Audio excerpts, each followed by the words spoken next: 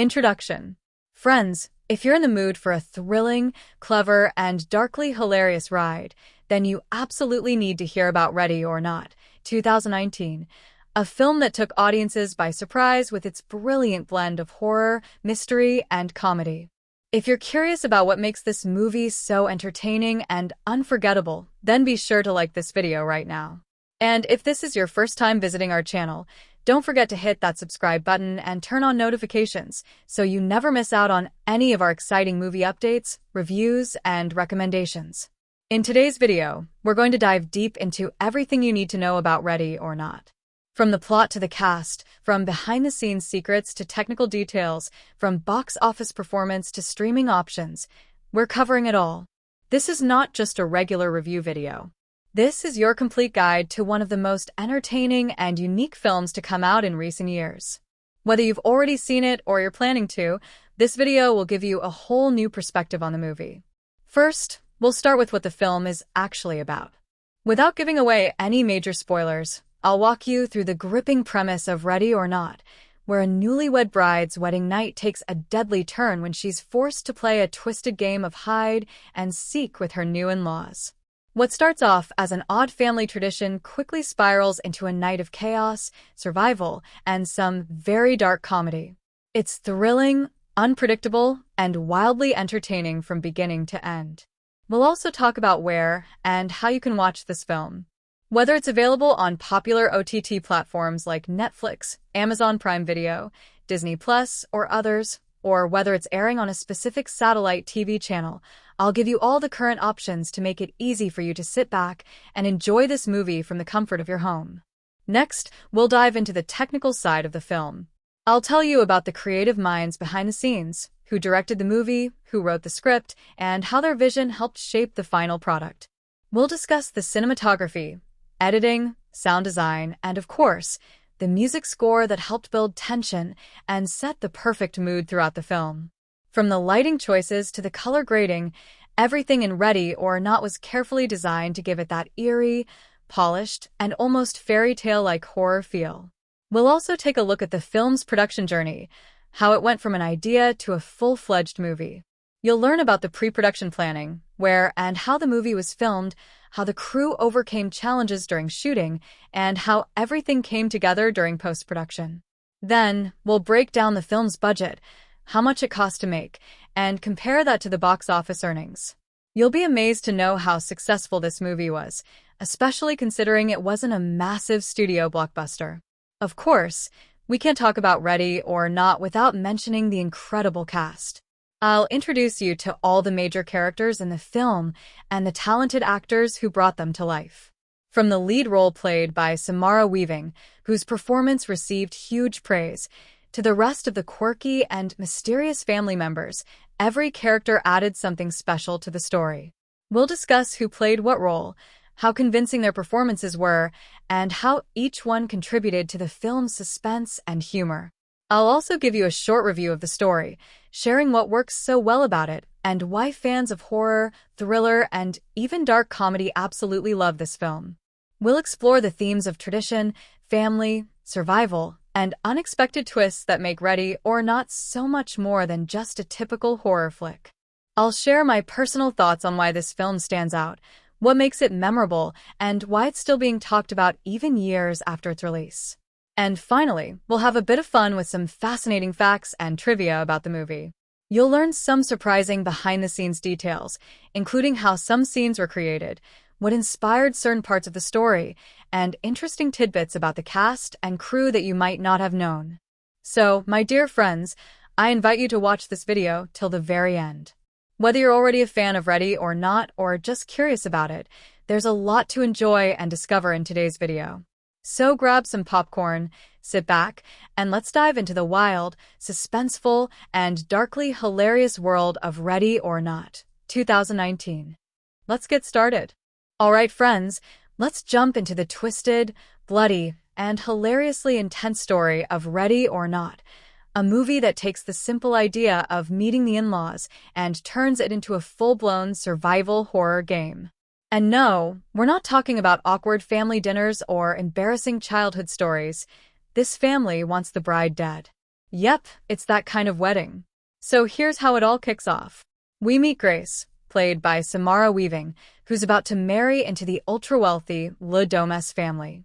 They've made their fortune through board games and sports, but let's just say their idea of family tradition isn't exactly Monopoly and charades. Grace is nervous, but she's marrying Alex, the seemingly normal and slightly estranged son of the family, who promises her that everything will be just fine. Spoiler alert, it will absolutely not be fine. The wedding ceremony goes off without a hitch.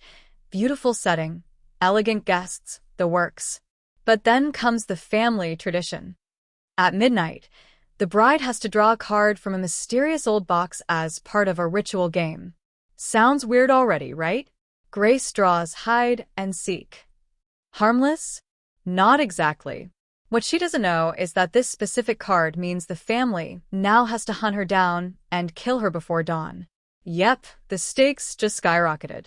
From here, the movie wastes no time. Grace, still in her wedding dress, runs off to hide, completely unaware that the game is deadly. Meanwhile, the Domas family arms themselves with vintage weapons like crossbows, axes, and muskets, because of course they do. They take their tradition very seriously.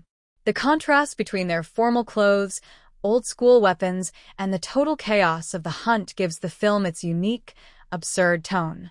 And here's where the fun really begins. As the family starts their hunt, it becomes very clear that they're not very good at it. Accidents happen. People die, sometimes their own staff. There's a ridiculous amount of blood, panicking, and arguing among the family members. And Grace? She's no helpless victim. She adapts fast, getting tougher and more resourceful by the minute. Watching her go from sweet bride to full-blown survivor is one of the movie's biggest joys. One of the key turning points comes when Grace finally learns the truth about what's happening, that this isn't just a psychotic family game night, but a satanic ritual. Yes, things get even weirder. The family believes that if they don't complete the ritual and kill her before sunrise, they'll all die. It's this belief that drives everything they do. Whether it's desperation, fear, or just blind faith, each family member's commitment to the ritual varies, and that adds a whole new layer of tension and unpredictability. And let's talk about Alex, Grace's new husband. At first, he seems like the only sane one in the family, trying to help her escape and distance himself from his relatives. But his inner conflict starts to surface. Does he protect the woman he loves, or does he fall back into the poisonous grip of family loyalty and superstition? The emotional stakes keep rising. You're constantly asking, can Grace trust him? Should she? Another key moment that shifts the entire story is when Grace finally fights back. She's injured, exhausted, covered in blood, but she never quits. There's a scene involving a pit of dead goats, a gaping hand wound, and a rusty ladder that will make you squirm. It's gross, yes, but it also shows just how much she's willing to endure to survive. Grace is no longer hiding. She's done playing by their rules. As the sun gets closer to rising, everything unravels. The Domas family's desperation hits a boiling point, and the lines between belief, madness, and fear blur completely. People start betraying each other. Alliances crumble, and the film takes some completely insane turns. And just when you think you've seen it all, the climax delivers one final explosive surprise that's shocking, hilarious, and weirdly satisfying all at once. The narrative doesn't experiment with time or structure too much. It's mostly linear, but what makes it feel fresh is the way it plays with genre expectations. You think you know what's going to happen, but the tone constantly shifts between horror, comedy, and even satire. It keeps you guessing, keeps you laughing, and keeps you on edge. There's no slow build or dragging middle act here. Every 5 minutes, something wild or unexpected happens, making the whole movie feel like a roller coaster you didn't see coming. The brilliance of Ready or Not is that it knows exactly what it is, a fun, over-the-top ride with teeth. The story unfolds like a demented fairy tale, with Grace as the unlikely princess fighting her way through a castle of maniacs, all dressed in tuxedos and lace. It's brutal, it's funny, it's clever, and it never takes itself too seriously. From the first hide-and-seek card to the final shot, the narrative keeps ramping up the tension while making sure you're having a blast along the way. Let's talk about the characters in Ready or Not, because trust me, this isn't just a horror movie with faceless victims and generic villains. The characters here are colorful, chaotic, and every bit as layered as they are unhinged. Each one brings something different to the table, whether it's comic relief, emotional weight, or pure madness, and together they turn what could have been a standard survival flick into an unforgettable roller coaster of personalities clashing, unraveling, and, well, exploding. At the center of it all is Grace. She starts the movie as this sweet, down-to-earth woman who's clearly a bit nervous about marrying into a billionaire board game dynasty. She's trying to make a good impression. She loves her fiancé Alex, and she just wants to be accepted. But here's the beauty of Grace's character arc. Once things go off the rails, she doesn't crumble. She transforms. Grace evolves from a soft-spoken outsider to a full-on warrior, and every bruise, cut, scream, and escape attempt adds another layer to her transformation. She doesn't become superhuman or suddenly turn into a martial arts expert. Her strength is messy, desperate, and real. By the end, she's not just surviving the game, she's owning it. She's had enough of the lies, the betrayal, and the psychotic family rituals. Her development is both satisfying and, let's be honest, totally badass. Now, let's talk about Alex. Oh, Alex. He's the golden boy of the Domas family who ran away from all the madness years ago, only to come crawling back with a new bride. At first, he seems like the perfect guy, protective, loving, determined to help Grace escape. But the more we learn about him, the more complicated things get. Alex is torn between his love for Grace and the poisonous pull of his family's traditions. His internal conflict is one of the film's most fascinating threads. He doesn't twirl a villainous mustache or turn overnight. His transformation is slow, subtle, and genuinely tragic. You can almost see the moment when his identity starts to crack, when his fear of losing everything overcomes his sense of right and wrong.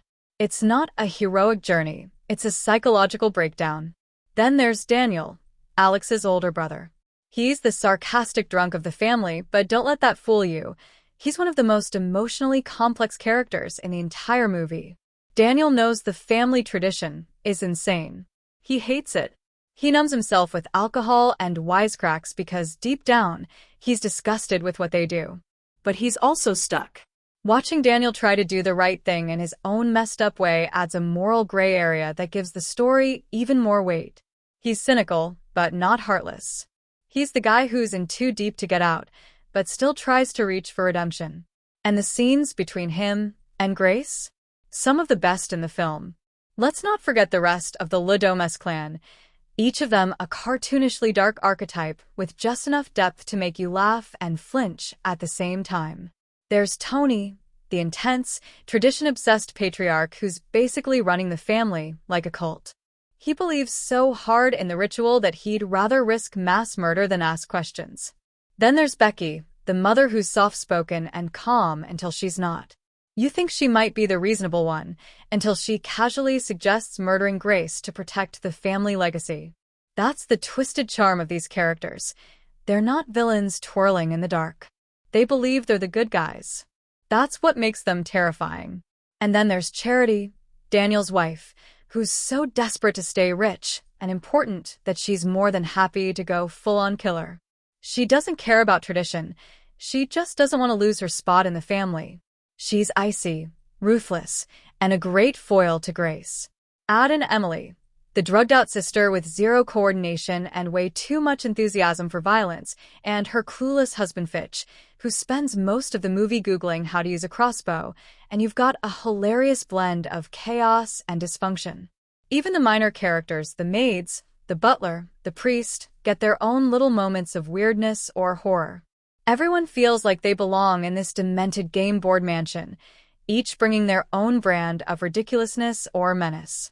And the way their personalities bounce off each other creates constant tension, comedy, and unpredictability. The relationships are just as important as the individuals. Grace and Alex's love story is the emotional core, But as the night unfolds, that romance is tested in the most extreme way imaginable. Can love survive when your husband's family is literally hunting you with antique weapons? That's the question the movie keeps poking at. And the brotherly tension between Alex and Daniel adds another layer, showing how the family legacy poisons even the people who don't believe in it. Meanwhile, the rest of the family relationships are just delightfully toxic, filled with secrets, resentment, and an overwhelming sense of duty to a tradition none of them even fully understand.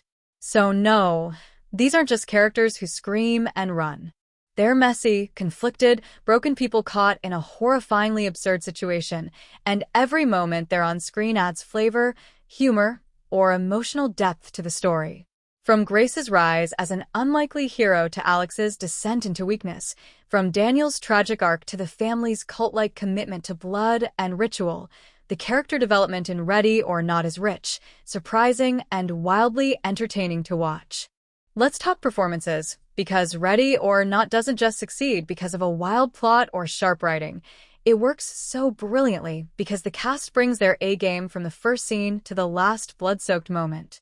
Every actor leans into the madness of the story, while still giving their characters just enough depth to make us either root for them, laugh at them, or in some cases, cheer when they meet a brutal end.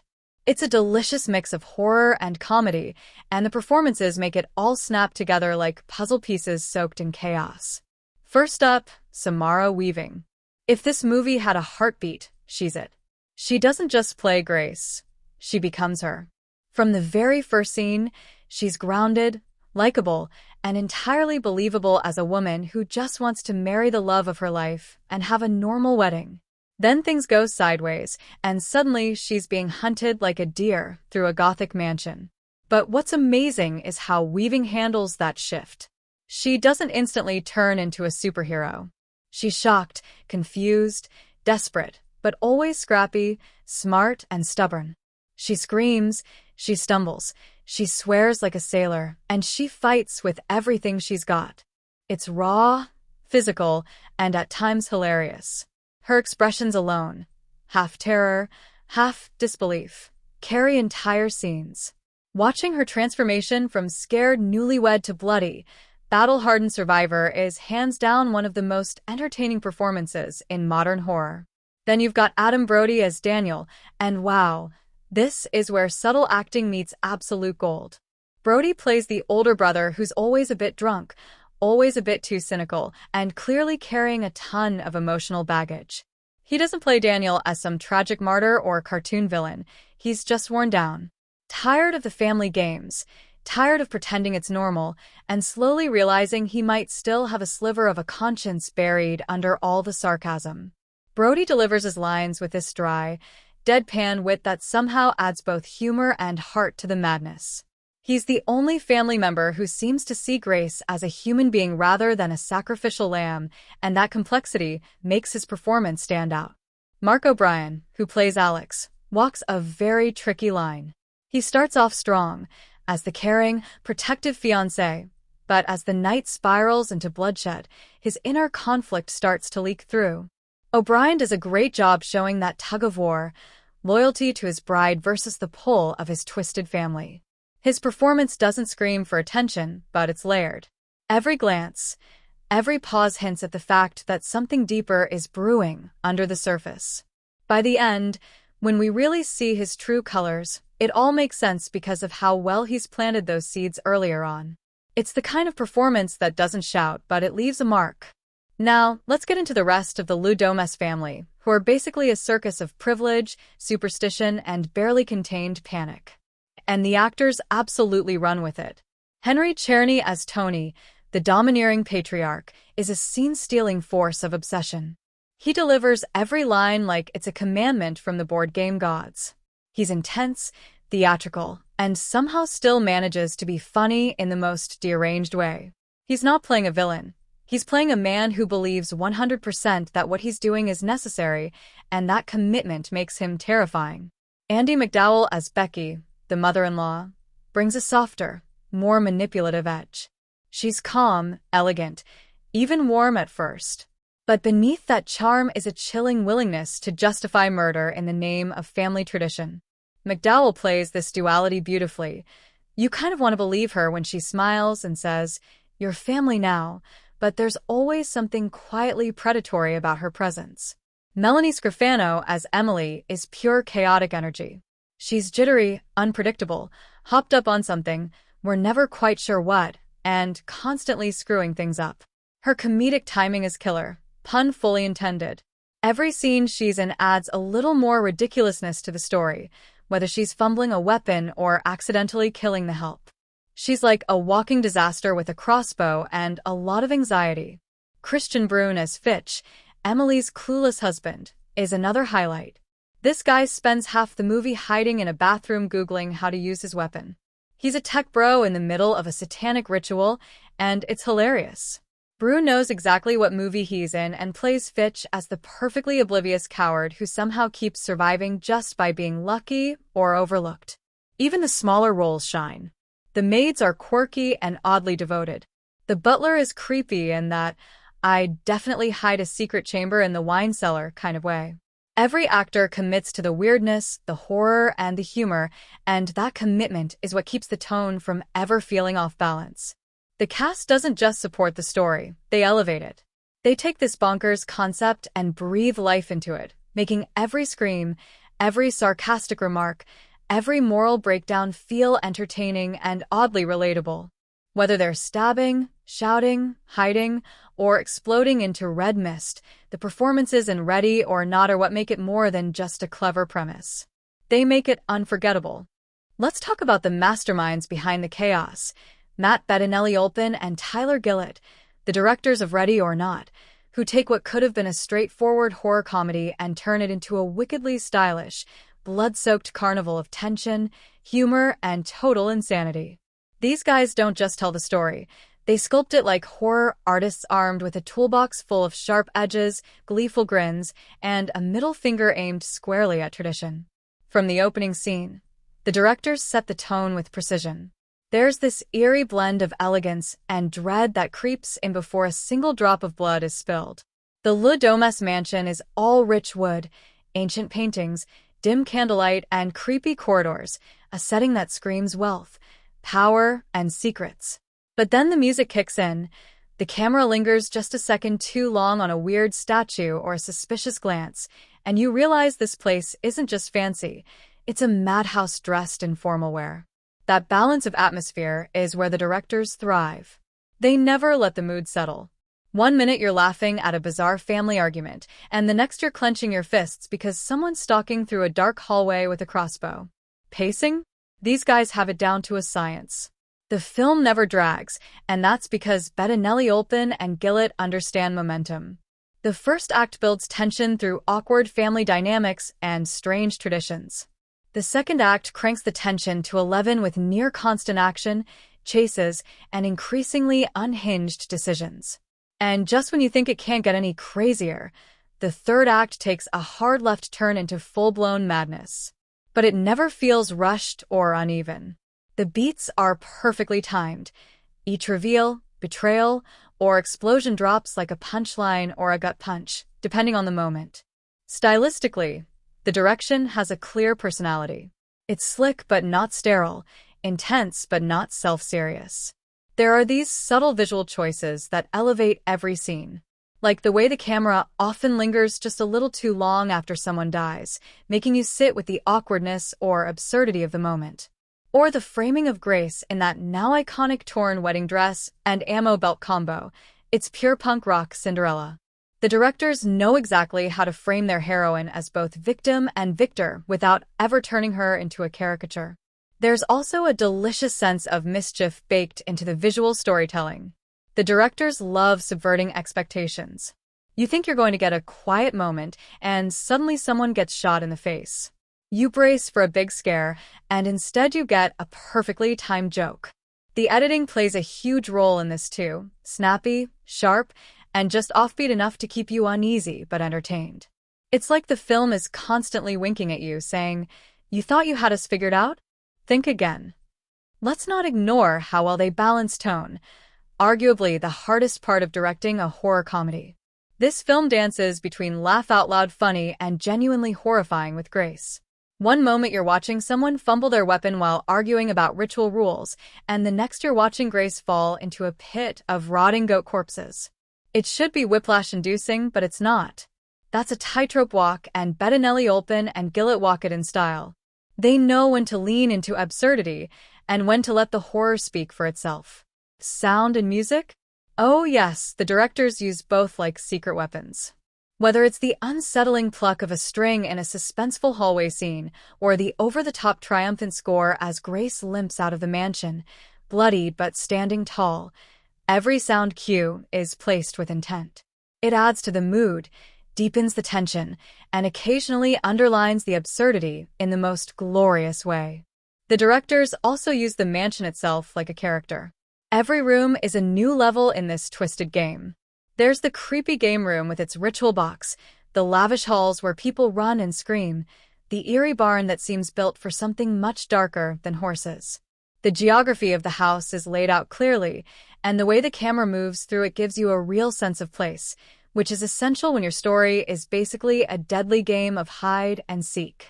But perhaps the boldest choice of all is how the directors fully commit to the tone. They don't wink at the camera or apologize for the weirdness. They go all in.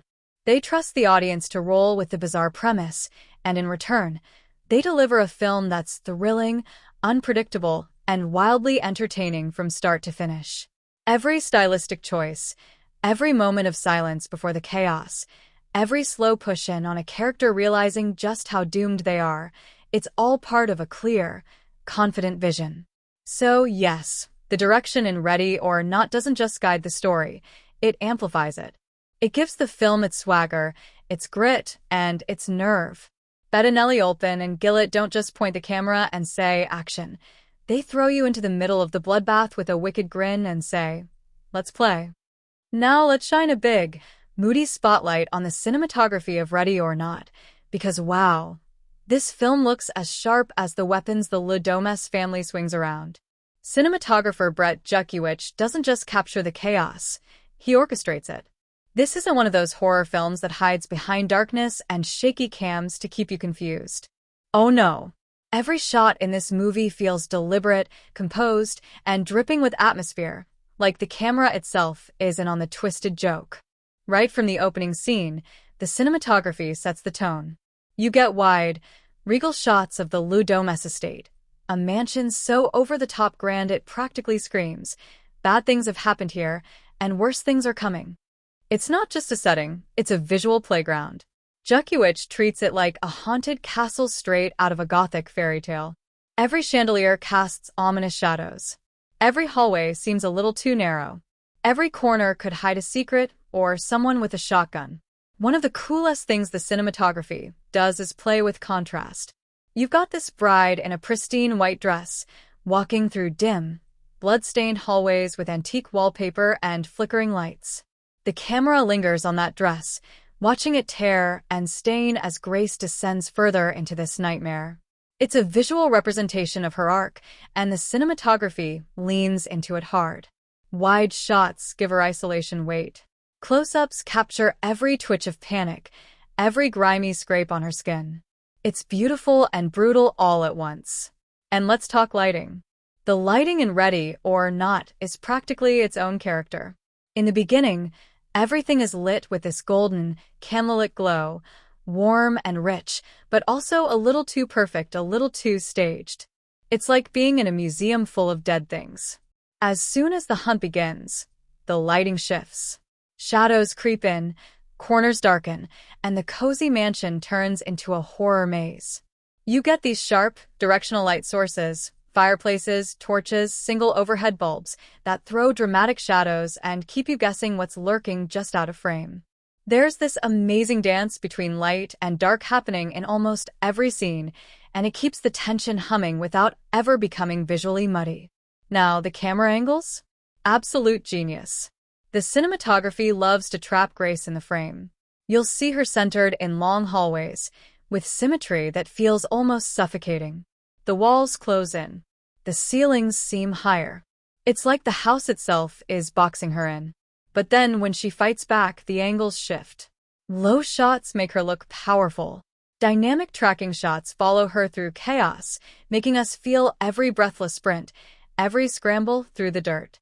There's a particularly memorable moment when the camera flips upside down for just a beat. It's disorienting, it's bold, and it screams, "Everything's gone off the rails." Perfectly timed madness. Some of the most visually striking moments come from the kills, of course. This is a horror movie, after all. And Jukiewicz knows exactly how to frame a death scene. Whether it's a sudden, shocking splatter or a slow, suspenseful build-up, the camera doesn't flinch. Instead, it often holds the moment just a second longer than you expect, forcing you to take it all in. And weirdly enough, even the gore is kind of gorgeous. There's this painterly quality to it, dark red against soft candlelight, wide-eyed shock captured in crisp detail. It's horror with a high art aesthetic, and it's bizarrely satisfying to watch. There's also a clever use of handheld versus static shots. When things are calm, relatively speaking, the camera is smooth and elegant, like it's gliding through a twisted fairy tale. But when the chaos breaks out, like during the goat pit scene or Grace's wild dash through the forest, the camera gets looser, more frenetic. It mirrors her panic. You feel her desperation not just through her performance, but through the lens itself. And let's not forget those moments of quiet tension where the camera just waits. It knows something's about to happen. You know something's about to happen. And yet it holds, and then bam. The cinematography manipulates your heartbeat like it's conducting an orchestra, and the payoff is always worth it. There's also a dark sense of humor embedded in the visuals. Like the way the camera casually includes weird family portraits in the background while someone's getting strangled. Or how a death scene will be shot with the same elegance as a ballroom dance. The film never forgets it's a satire too, and the cinematography plays along, keeping things just stylized enough to remind you this is a twisted game. In Ready or Not, the cinematography isn't just about making things look good, it's about amplifying the madness, the tension, and the dark comedy at the heart of the story. Every frame feels like a move in the game, and the camera is just as ruthless and playful as the family chasing Grace through that haunted mansion of secrets and shotguns. It's a visual thrill ride, and it never lets go. The editing and pacing of Ready or Not move like a predator in a tuxedo, sharp, calculated, and always ready to pounce. From the moment Grace slips into that ridiculously cursed wedding dress, the film takes off and never really stops to catch its breath. It's like being on a roller coaster that only speeds up, but with just enough perfectly timed pauses to make you think, okay, maybe I've got a second to breathe, before hurling you down another loop of chaos, violence, and twisted family tradition. Let's start with the rhythm of the film. It's tight. No wasted scenes, no drawn-out exposition dumps. No, let's slow down and reflect on life moments. This movie knows what it is and sticks to its mission: get the bride into the house, unleash the horror, and let the madness unfold.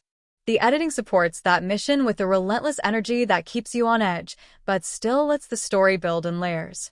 You get bursts of wild action, broken up with just enough breathing room to reset your nerves and amp up the suspense all over again. Transitions are slick.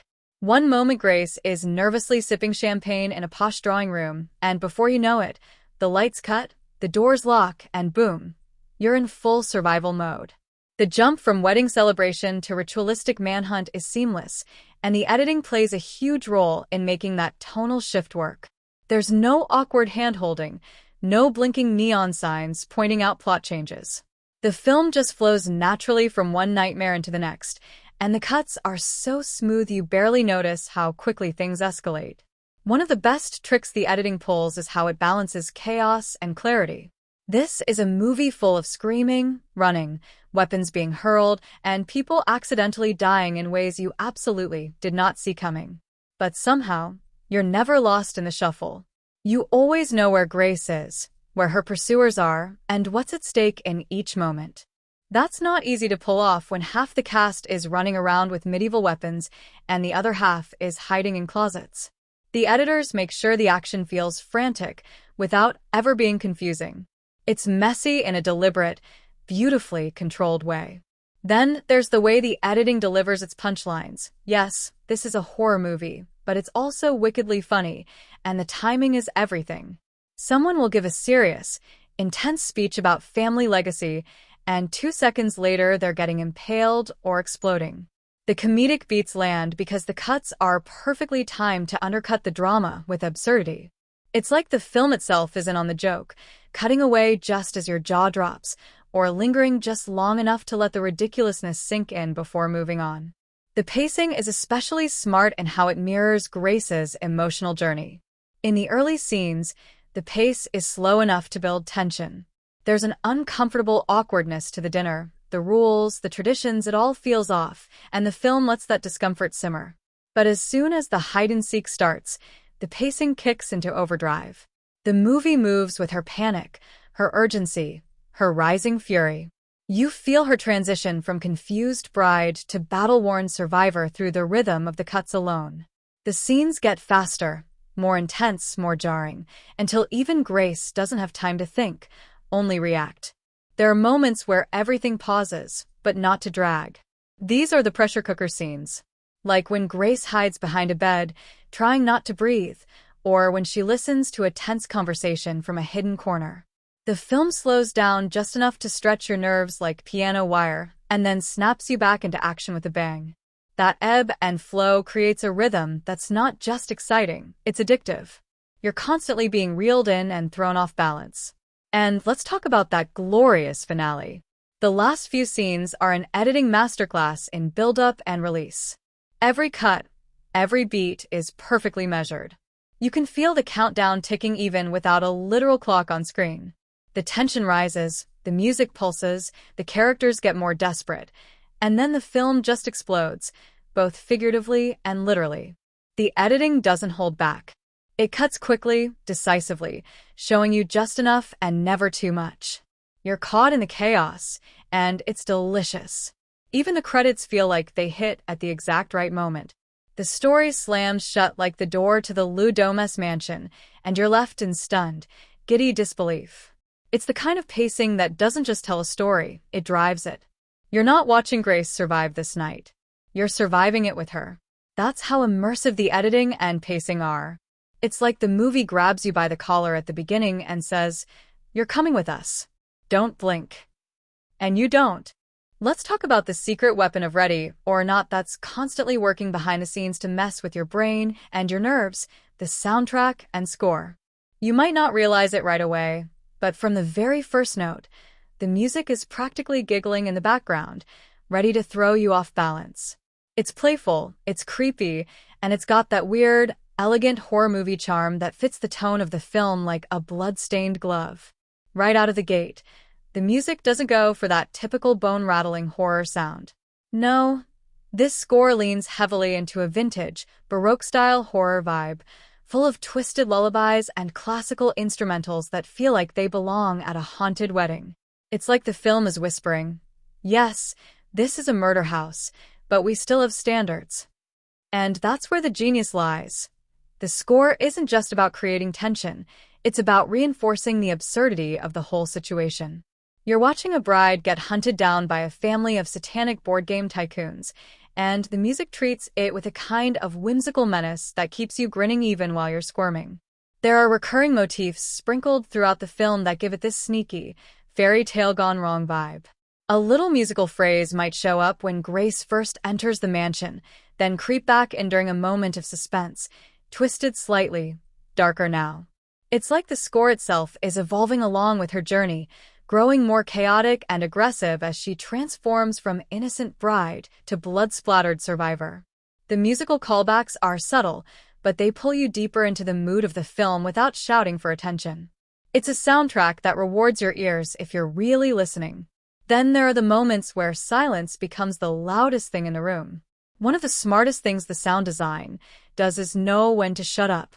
You'll have scenes where the music drops out entirely, leaving you with just the creak of the floorboards, the distant thud of footsteps, or Grace's ragged breathing. Those silent stretches are deliciously tense, like the film is holding its breath right alongside you. And when the music finally does come crashing back in, bam, it hits like a brick wall. The contrast between quiet and chaos is razor-sharp, and the score uses it to control your emotional state like a conductor with a very evil orchestra. The musical cues are also loaded with personality. Take the moment the family kicks off their horrifying ritual with a vintage recording of Hide and Seek. It's old-timey, cheerful, and completely wrong for the situation, which makes it perfect. The juxtaposition of upbeat, innocent music with on-screen violence is jarring in the best way. It turns an already messed-up game into something darkly comedic. It's like the soundtrack is laughing at the horror, daring you to laugh with it, until the next scream snaps you back to reality.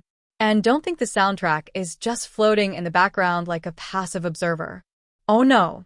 The music in Ready or Not knows exactly when to step into the spotlight and say, "Look at me." There are moments where the score swells dramatically, adding grandeur to what's essentially a woman crawling through goat entrails or trying to rip off a nail from her hand. The music elevates these grotesque moments into twisted opera. It's not just noise. It's commentary. The score isn't on the joke, and it's having a great time. One of the boldest musical moves comes in the final act, when everything is exploding, figuratively and literally, and the music just goes full Gothic symphony. Strings soar, drums pound, and the whole thing feels like the climax of some twisted wedding overture. It adds a bizarre majesty to the chaos, like the film wants to celebrate how completely unhinged everything has become. And you know what? It works. You're sitting there, jaw on the floor, watching blood rain from the ceiling while the score practically throws confetti in the background. Every note in this film feels calculated, not to overpower the scene, but to dance with it. The music doesn't steal focus, but it never fades into wallpaper either. It's a partner in crime, amplifying the suspense, heightening the absurdity, and giving emotional weight to even the most ridiculous of scenarios. Whether it's tiptoeing in during a tense chase, mocking a villain's monologue with a sarcastic violin sting, or embracing the madness with a grandiose flourish, the score is always doing something interesting.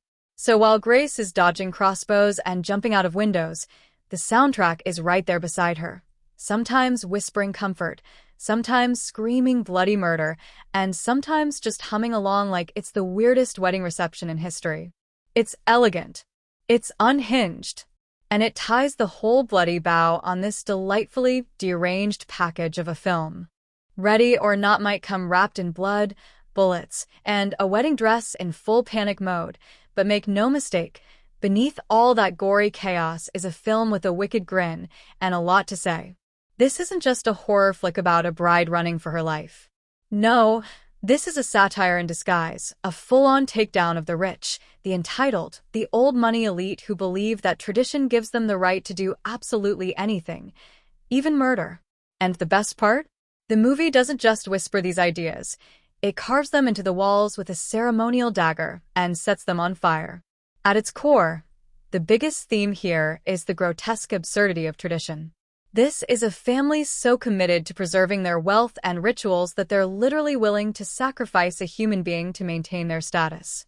And not just any human being, a brand new family member, a bride.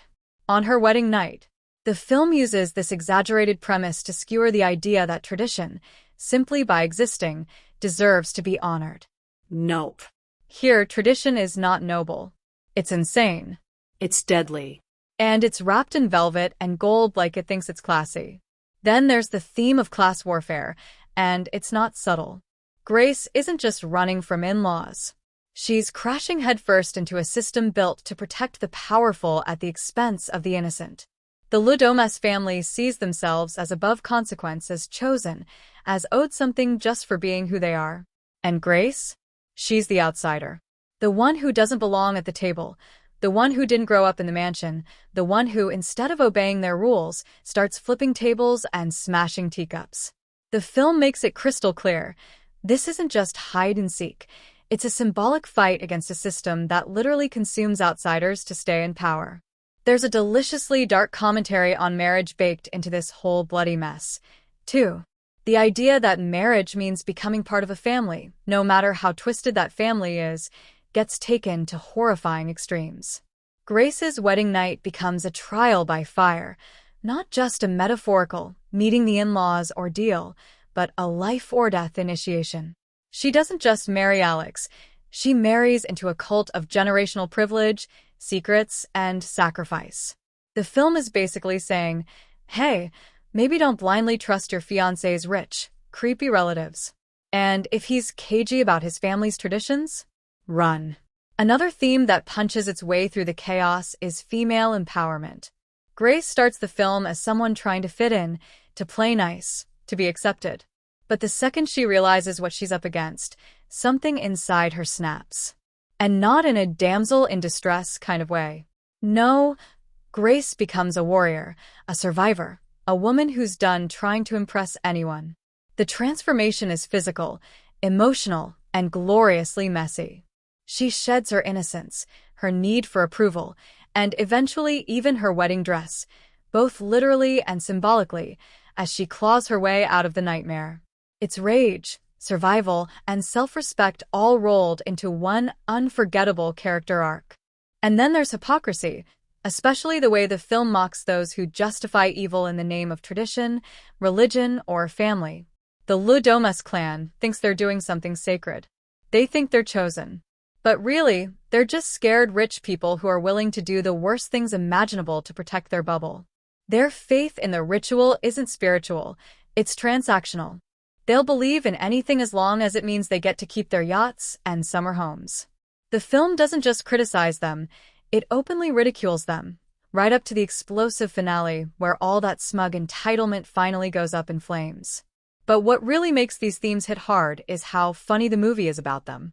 It doesn't lecture you. It mocks, it exaggerates, it turns the entire concept of generational wealth into a horror comedy circus act. And somehow, that makes the commentary even sharper. Because you're laughing at how ridiculous the Domas family is, until you realize, wait, this isn't that far from reality. The film holds up a mirror and shows us a world where people with power will do anything to keep it, and where the only way to survive might just be to burn it all down. So yes, Ready or Not is about blood and rituals, and one very unlucky game of hide-and-seek. But it's also about tearing apart the lies that uphold the upper class, the idea that tradition is always sacred, and the belief that marriage is about sacrifice, specifically yours. It's bold, it's angry, and it wraps its message in laughter, carnage, and one final scream of defiance that's impossible to forget. When it comes to Ready or Not, the beauty of its visual effects isn't in overwhelming CGI explosions or flashy supernatural showdowns. It's in the perfectly timed splatters of blood, the sudden bursts of gore, and the grimy, gritty practical effects that hit like a slap to the face. This movie doesn't live in the realm of overdone digital wizardry. It thrives on the tangible, the visceral, the kind of effects you can almost smell. And trust me, when Grace is crawling through a pit of rotting goat carcasses, you don't want that kind of immersion, but the film gives it to you anyway. The genius here is in how practical effects dominate the space, anchoring the film in a grounded reality, even when the story becomes completely unhinged.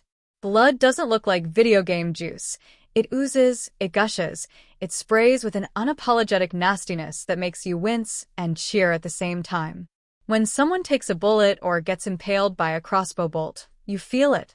It's not clean. It's not polished. It's messy, sudden, and very, very real. And that's exactly what makes it so effective. The filmmakers clearly went all in on the hands-on approach. Every wound, bruise, and dislocated shoulder has a raw texture that screams practical artistry. When Grace steps on a nail or pulls herself out of that hellish pit of gore, the reaction isn't nice VFX. It's, oh God, no. I can feel that in my soul. That's the power of great practical work. It's not about showing off. It's about making you squirm. The effects team knew exactly where to press to get the most out of every injury and death, and they did it with glee. Now, does that mean there's no CGI at all? Not quite. Digital effects are sprinkled in, but they're stealthy. Subtle enhancements here and there, possibly to smooth out a blood spurt or hide a safety rig. And then, oh yes, there's that glorious, bat-crazy finale, where the digital effects finally step out from behind the curtain and throw a fireworks show of viscera and shock value. You know the moment. The one where the Domas family's little satanic secret catches up to them in the most explosive way possible. That sequence is where the CGI finally gets to flex a little, and even then it leans hard into stylized absurdity instead of realism. The characters don't just die, they erupt like overripe fruit at a Gallagher show. It's cartoonishly gory, completely over the top, and it fits the tone like a glove soaked in red corn syrup. That balance between grounded, grimy practical effects and the occasional digital spectacle is what gives the movie its texture. It knows when to keep things intimate and disturbing, and it knows when to go full horror opera and blow someone into a red mist for maximum theatrical effect. The effects are always in service of tone and character, never just there to show off. There's a kind of punk rock precision to it all, a commitment to making you laugh, scream, and gag all in the same moment. Even the set design works in harmony with the effects. The mansion is this gothic playground of death traps and hidden rooms, where every dusty hallway and antique weapon is just waiting for someone to get maimed.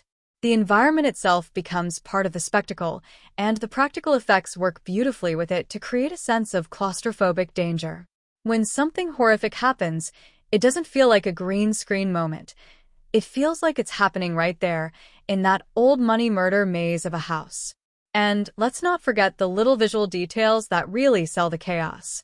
Grace's wedding dress, once pristine and fairy tale perfect, becomes a visual timeline of her descent into hell.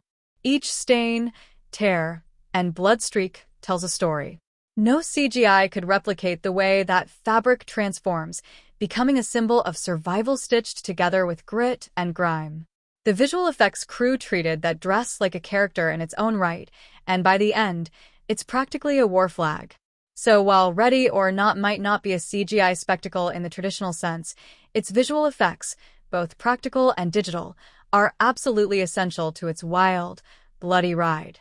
The gore is gleeful, the violence is theatrical, and the effects are tuned perfectly to match the film's devilish sense of humor. You don't just watch the carnage. You feel it in your bones, and maybe laugh about it afterward if your stomach can handle it. The set design and locations in Ready or Not are like an extra character in the story. Only this character is old, filthy rich, and probably hiding a few corpses in the walls. The entire film is basically one giant game of hide-and-seek in a massive, gothic mansion that practically screams, "Welcome to your worst nightmare, darling." From the moment Grace walks through those ornate doors in her wedding dress, you know this house isn't just for show. It's a stage for chaos, a maze of secrets, and a living, breathing reflection of the deranged family who owns it. The Domas estate is dripping with old money excess. We're talking mounted animal heads, camelot corridors, velvet drapes, ancient paintings that look like they're judging you from across the room. Every inch of that mansion is curated to feel intimidating, isolated, and thoroughly haunted, not by ghosts, but by centuries of privilege and blood-soaked tradition. It's the kind of place where you half expect the furniture to whisper secrets and the fireplace to conceal a trapdoor. And as the film progresses, the set gets used in more and more inventive, violent, and darkly hilarious ways. This is not a house built for comfort. It's a fortress of inherited madness. The hidden passages, the creepy dumbwaiters, the creaking floorboards, they aren't just cool set pieces, they actively shape the story. Grace's every move is informed by the space she's trapped in. She can't just escape. She has to navigate a place that's been literally designed to help rich people keep secrets and trap outsiders. The game room, the kitchen, the barn, the hallways, they all become battlefields, each one offering a new obstacle, a new death trap, a new chance to fight or flee. And let's talk about the props. The Domas family doesn't hunt with modern weapons. No, sir. They dig into a closet full of antique murder tools because nothing says cultish family tradition like a crossbow that hasn't been oiled since the 1800s. These props are more than quirky. They reflect the family's obsession with the past. They're so loyal to tradition that they're willing to fumble with muskets while hunting a human in a wedding dress.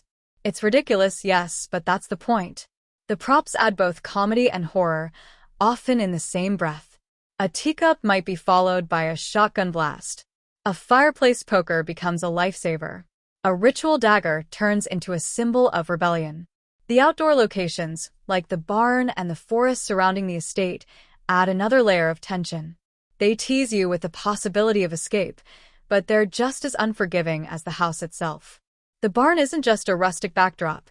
It's where some of the film's nastiest surprises are waiting, complete with sacrifices and rot and some very, very bad smells.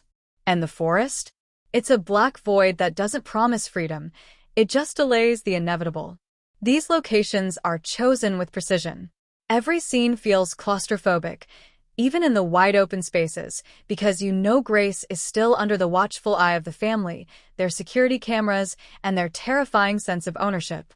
Even the smallest details add layers to the story.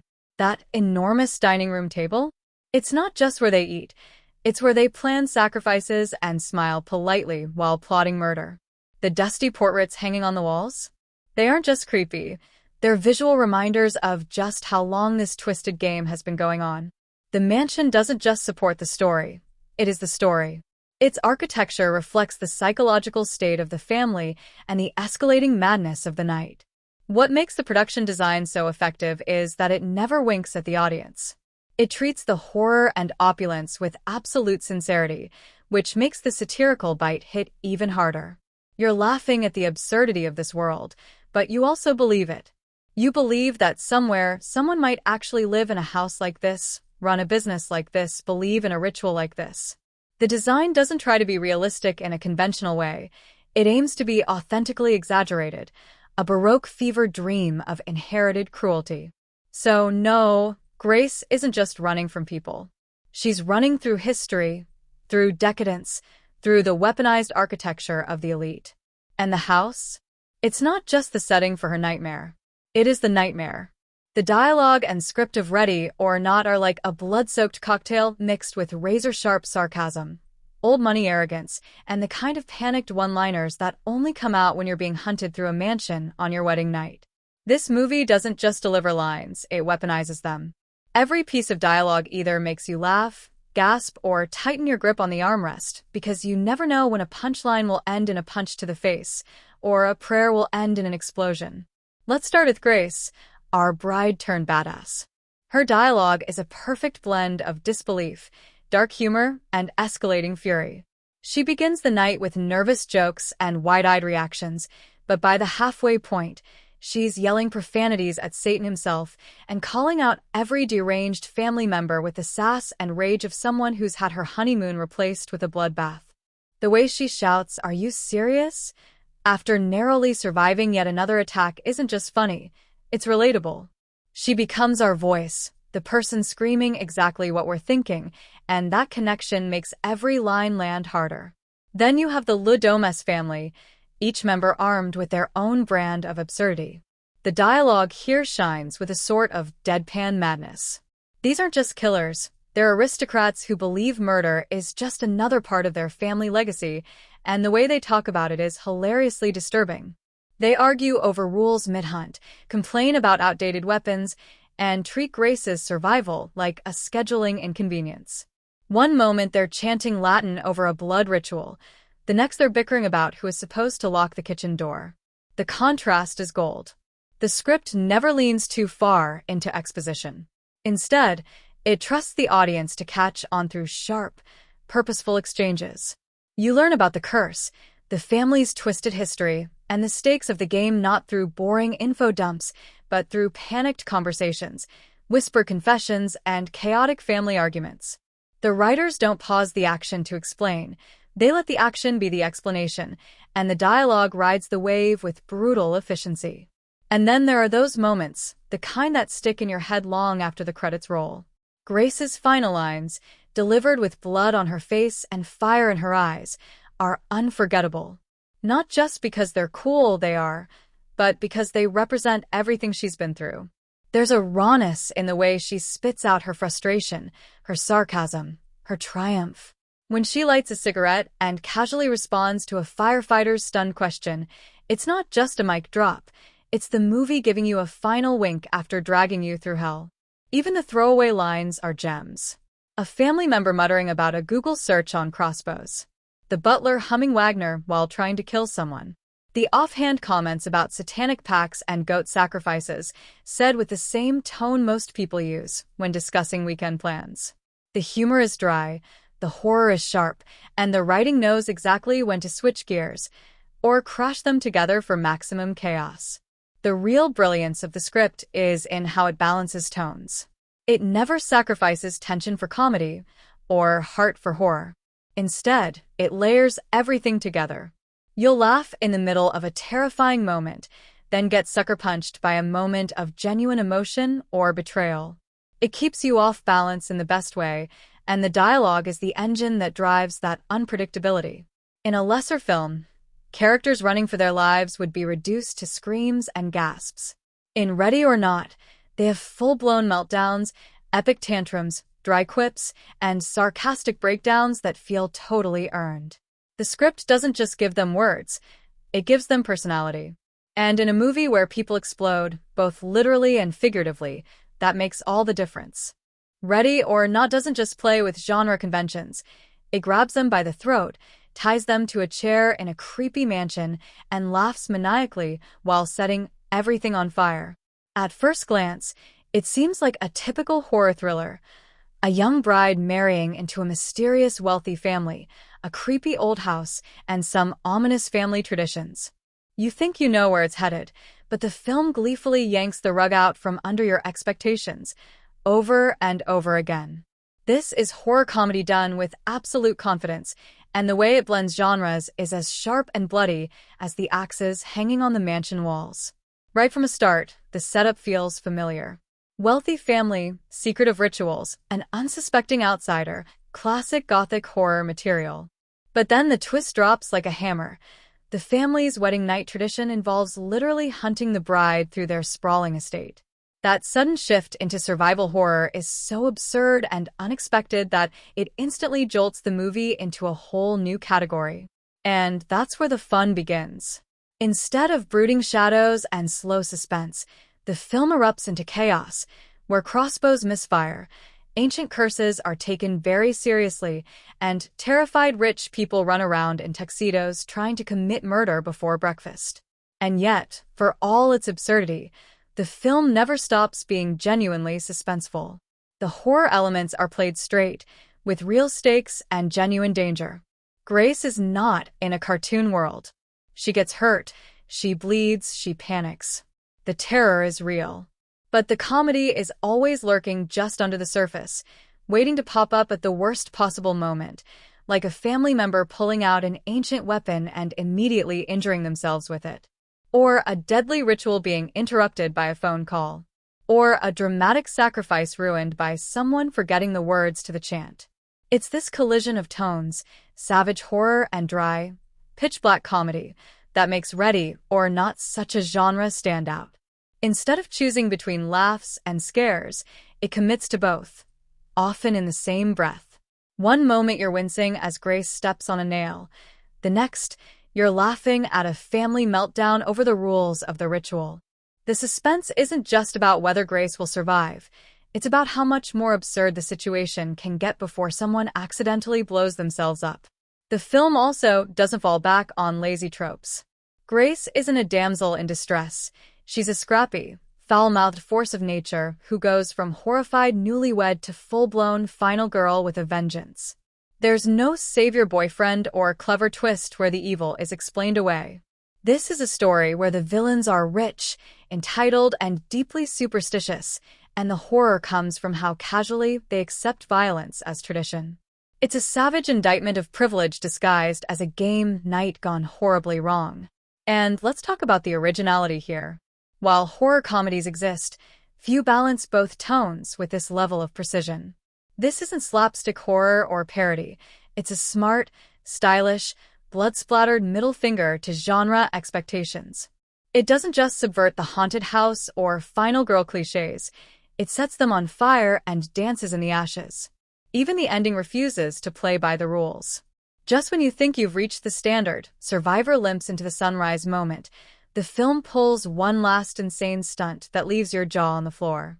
In the world of genre films, Ready or Not is that mischievous kid at the back of the classroom who rewrites the test in red ink, doodles in the margins, and still gets an A+. It knows the rules, respects the rules, and then gleefully breaks them while making you laugh and scream at the same time. Whether you're a horror junkie, a dark comedy fan, or just someone who loves seeing the ultra-rich get what's coming to them, this film delivers a genre experience that's as unpredictable as it is unforgettable. Ready or Not might look like a twisted game of hide and seek with a bloody twist, but underneath the screams and shotgun blasts, it's making some pretty loud and sharp observations about class, privilege, and how far the ultra-wealthy will go to protect their power. This isn't just a horror comedy about a bride running for her life on her wedding night. This is a full-blown roast of old money, inherited power, and the ridiculous and often horrifying traditions that people cling to when they're afraid of losing control. Let's start with the Domas family. They're not just rich, they're old money, secret pact with the devil. We don't pay taxes because we own the system rich. Their sprawling mansion is dripping with opulence, but behind all the oil paintings and expensive furniture is a deeply rotten core. These people believe they're superior, not because they've done anything particularly great, but because they were born into a family with a bloody legacy. And that's the satire in full swing. The film takes the idea of inherited privilege and runs it through a blender of dark humor and gore.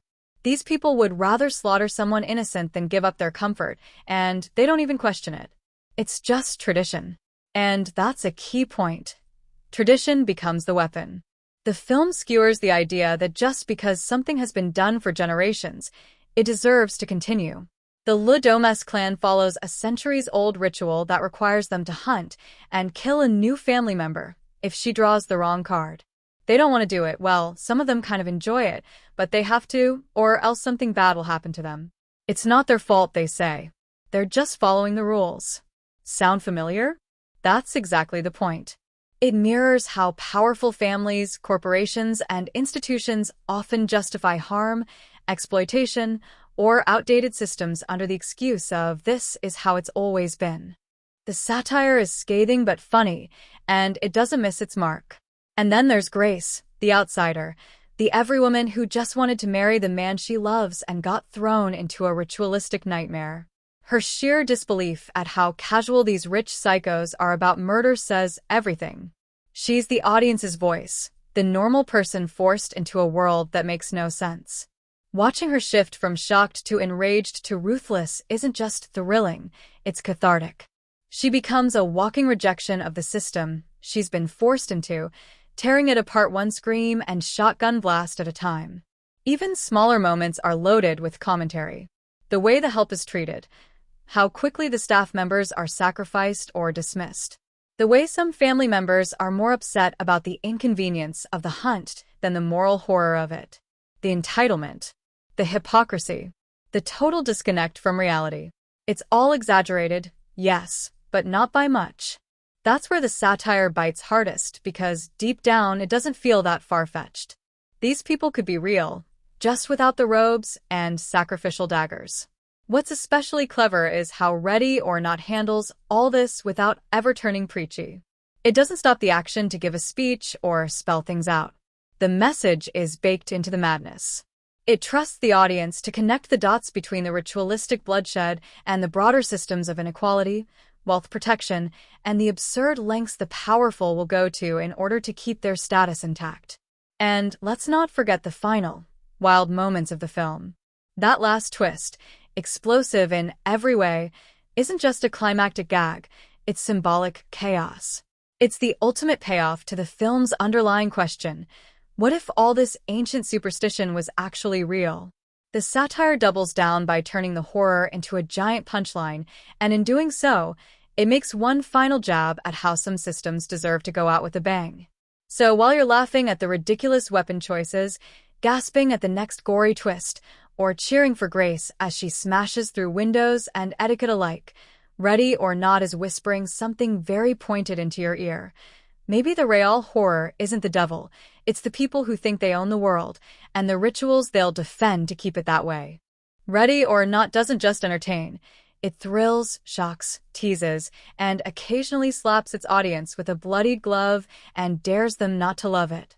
This movie is an absolute masterclass in audience engagement because it doesn't rely on just one emotion.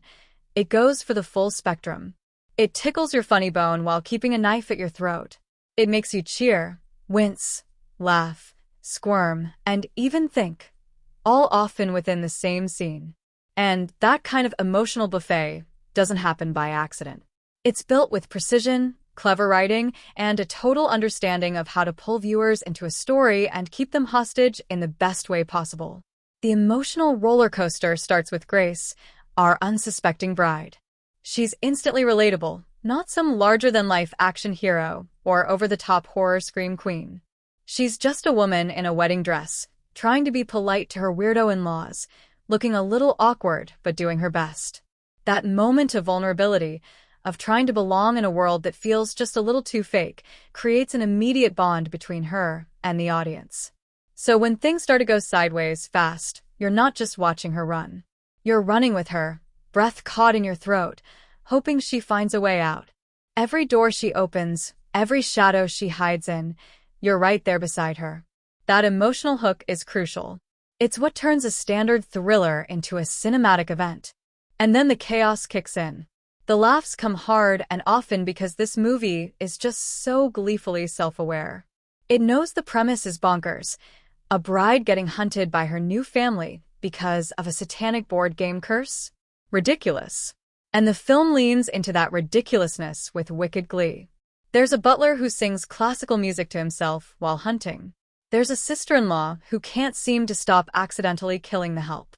There's an antique crossbow and a musket being used like it's a Looney Tunes cartoon. The comedic timing is so sharp you could slice a cake with it. But what's really special is how the humor never undercuts the stakes. You're laughing and you're anxious, which is a rare and delightful tension to live in for 90 minutes.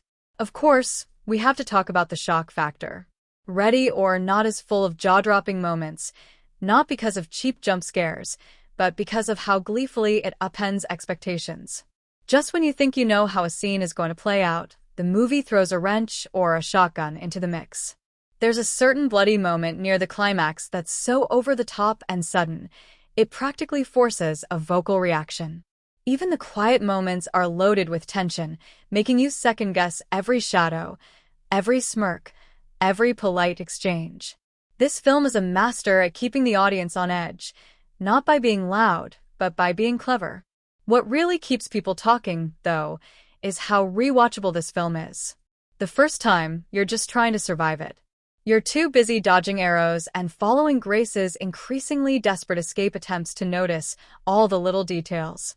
But the second time? Oh, the second time is a feast. You see the subtle glances between characters. You hear the layered dialogue. You catch the clues about who knew what and when. The movie rewards multiple viewings, and each time, you appreciate the craft more. It's like peeling back layers of a very bloody onion, and every layer makes you laugh a little harder or gasp a little louder. And maybe the biggest surprise is how much discussion the film invites. People walk away debating the ending, picking apart the rules of the game, and analyzing what the film says about class, family, and tradition. Some viewers see it as a feminist triumph, others as a satire of capitalism, and others still just love it as a high-stakes, wild ride of a movie. The point is, it leaves you with something. It doesn't just end. It sticks to your brain like dried blood on a wedding dress. Audience engagement isn't just about thrills and kills. It's about connection, catharsis, and conversation.